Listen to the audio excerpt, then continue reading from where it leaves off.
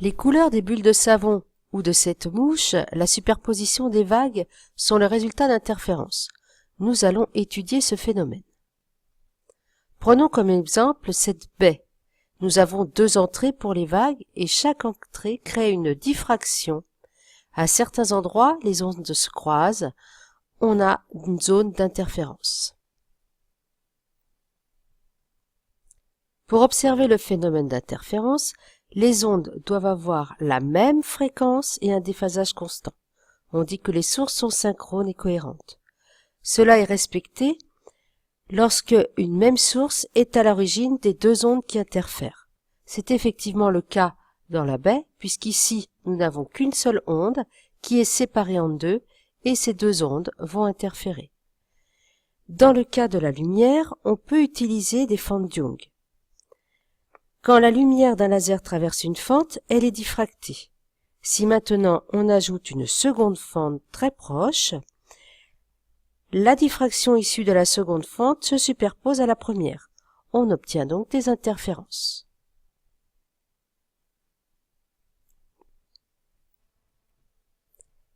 Les figures d'interférence sont une succession de franges brillantes et de franges sombres. Les franges brillantes sont le résultat de la superposition de deux ondes qui sont en phase. L'onde résultante est beaucoup plus importante. On dit qu'on a des interférences constructives. En ce qui concerne les franges sombres, les ondes sont en opposition de phase, elles s'annulent donc et les interférences sont dites destructives.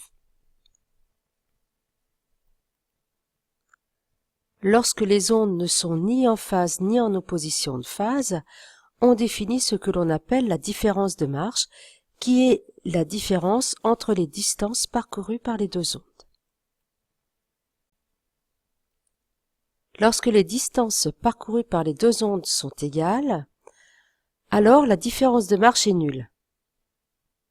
Les ondes sont en phase, on a donc des interférences constructives et on obtient une frange brillante. En ce qui concerne la seconde frange brillante, l'onde de la source S2 est en retard par rapport à l'onde de la source S1. Ce retard est d'une longueur d'onde. Les deux ondes sont donc de nouveau en phase et la différence de marche est égale à lambda.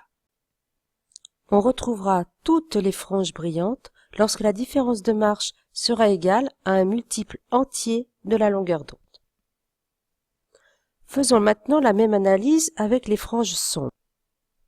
Pour une frange sombre, les ondes sont en opposition de phase, ce qui correspond à un décalage d'une demi-longueur d'onde. Par conséquent, la différence de marche sera toujours k plus 1/2 fois la longueur d'onde. Autre information que l'on peut avoir sur une figure d'interférence est l'interfrange, c'est-à-dire la distance qui sépare deux franges brillantes ou deux franges sombres consécutives. Elle dépend de la longueur d'onde, de la distance qui sépare les sources de l'écran, mais aussi de la distance qui sépare les deux sources. Pour finir, on peut dire que les interférences peuvent expliquer la couleur des bulles de savon. En effet, en lumière polychromatique, il y a superposition des franges correspondant aux différentes radiations. La composition de ces franges étant différente, on observe la décomposition de la lumière blanche. On parle alors de couleur interférentielle. C'est avec cette dernière remarque que se termine notre cours sur les interférences.